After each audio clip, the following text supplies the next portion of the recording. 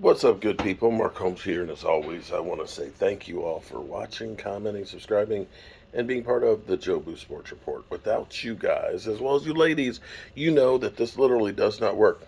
So, I've been running around today, and I missed this, but the Dallas Cowboys actually interviewed somebody for their offensive coordinator position. And no, it's not Tony Romo. It's actually Brian Angelino.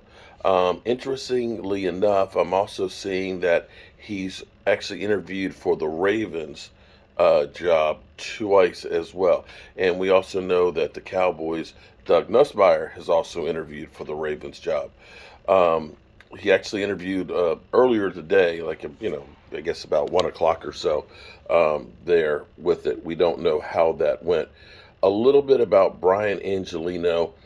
He's been a tight ends coach originally with Tampa Bay for 2 years uh, until the head coach was fired and he was let go. He then worked with the Cleveland Browns for a while. He's actually worked with Mike McCarthy, I believe, as tight ends coach for 3 years there. Um, and he was not retained um, by Matt LaFleur. So he's got experience with Mike McCarthy.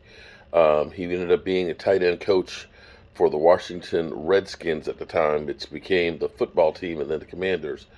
And he was also with the Carolina Panthers and I believe the Cleveland Browns.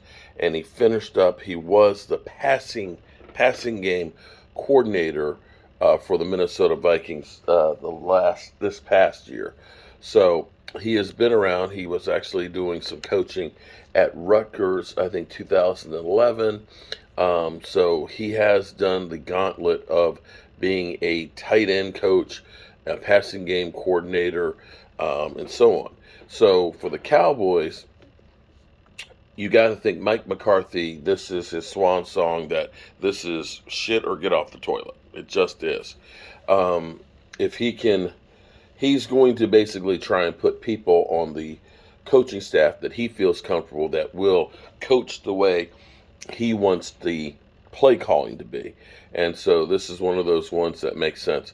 I still believe that Brian Schottenheimer has actually a really good chance at becoming the offensive coordinator. But then again, again, this is somebody that he's got familiarity with.